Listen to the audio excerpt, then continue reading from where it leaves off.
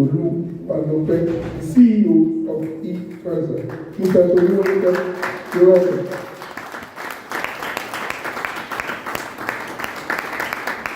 Please encourage him to give us a lot of water, everybody.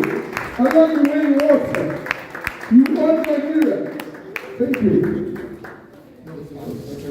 All right, thank you very much, sir.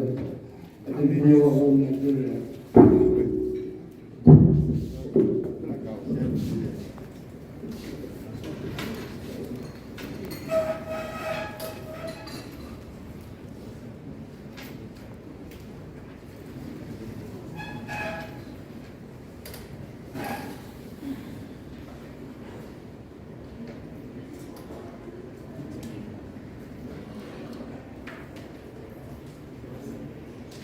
So good to be here. I'm extremely honored, and I'm really happy to be here. I remember a couple of months ago, earlier in the year, when we got the courtesy visit with led by the president of CAMCAN and our executives on a mission to build relationships with critical potential partners and stakeholders in the capital market.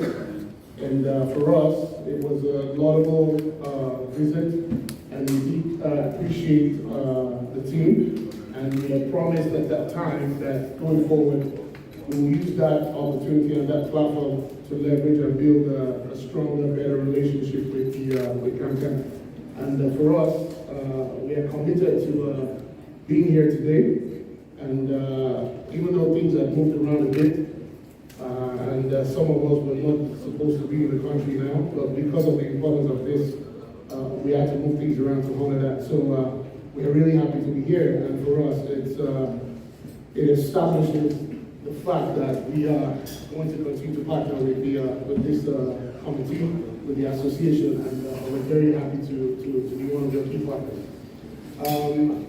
My name is Lee Toluwalope. I am the CEO of eTransact, and just to note, eTransact is probably the first financial technology institution in Nigeria, started in 2003. By the time I'm done with the presentation, we'll share a few slides on who we are, what we are, and what we have done so far. And worthy of note that we're the only listed super financial technology institution in the country. So we are already a key capital market player, and we're happy to continue to lead that front. Thank you very much. Today's presentation is something that's very, very exciting, and it's one of the strategic pillars of eTransact as an institution, financial technology. Technology as a tool for financial inclusion in Nigeria. What is financial inclusion? There's a simple definition, which is defined by the World Bank. It means that individuals and businesses have access to useful and affordable financial products and services that meet their needs. Individuals and businesses, not just individuals and not just businesses. It's a combination of everybody and anybody, every institution and any institution, giving access to useful and affordable, critical, useful and affordable, because it must be value added and it must solve a problem. It must solve a problem that makes it useful and affordable so that it's accessible, financial products and services that meet their needs. What will they need to do with this? Transactions, payments, savings, investments, credit, and even insurance, delivered in a responsible and sustainable way, directly to each of the individuals of each of the corporations and institutions. That's the simple World Bank. Okay, sorry. Wow, apologies for that. That's the simple World Bank definition of financial inclusion. Folks, what does it really mean? What does it really mean? Let's break it down a bit. I want to walk you through a simple story, like an equation, which I believe a lot of people here will understand, and I'll break it down further. The first figure the Honorable Commissioner from the SEC, has already laid the ground with some data and what financial inclusion really means. So I just want to, follow up with that and move us further in that direction. So at eTransact, as a super financial technology institution, we call it the inclusion opportunity. It's big, it's huge, and it's all about solving the identified 70 million problem. As business leaders, it is apparent that the growth frontier exists with those that are financially excluded. We've talked a lot today about BVN numbers, which usually signifies the amount of people that are operating active bank accounts. For your bank account to be active today, you should have a BVN. And if your bank account is active, that means you're transacting. That means money is going inside, whether you're earning income or you're making money, or money is going outside, whether you're paying for something or you're buying something. That's where we see a lot of growth opportunity as a super fintech, as a payment service provider, and even for capital market operators as well. Those budding SMEs, the small and medium enterprises that need capital to scale their growth, and the low-income earners that want to collectively grow their savings through their various cooperatives. Those are target markets. Those are target markets. Now let's take a look at some numbers and let's try to quantify this growth opportunity that needs to be unlocked. If you look at this page, as has been established before, we have just slightly over 200 million plus Nigerians. We have, based on data from the NCC, the Communications Commission Agency, we have just above 150 million mobile phone lines. Probably this data from the middle of the year, so there's probably a more updated data, but let's use this to tell our story.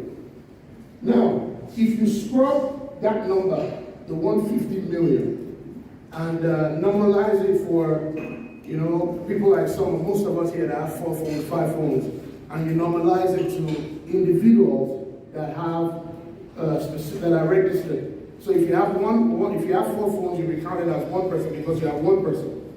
That number comes down to about 110 million plus, thereabouts. So 110 million Nigerians own 150 million mobile phone lines. Let's just hold that thought. 110 million Nigerians own 150 million mobile phone lines, thereabouts, approximately. Now, let's cross over to the banking sector. We know as of today, roughly about 40 million BVNs are valid and active. 40 million, plus or minus about 40 million.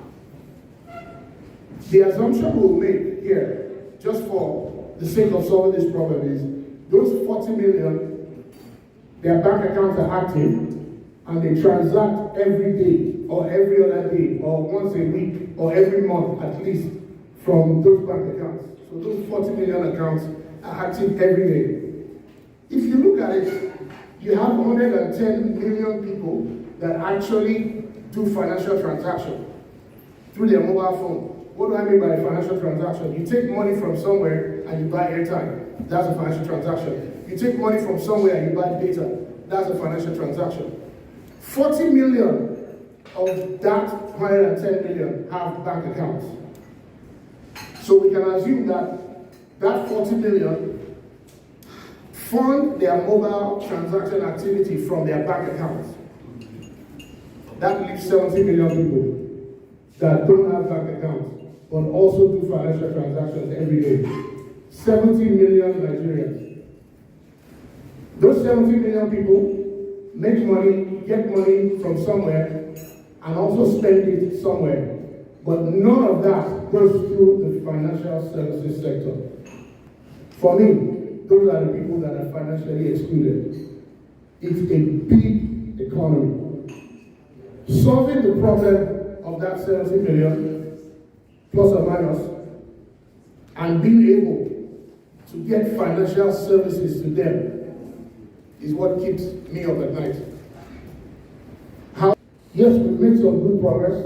The government has made some good progress. The regulators have come up with various innovative ideas on how to attack this problem. We'll walk through some of those. So let's go to the next slide as we progress. But let's hold those numbers. They are critical numbers.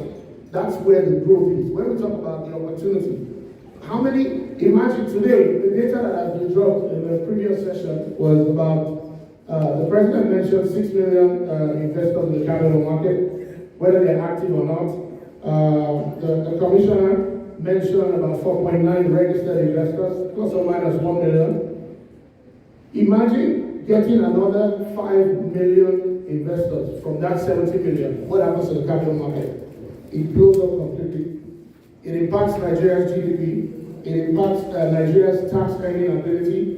It impacts savings. It impacts loans. It impacts trading. It impacts everything. The country grows significantly by just making these little adjustments and taking financial services to those that are excluded.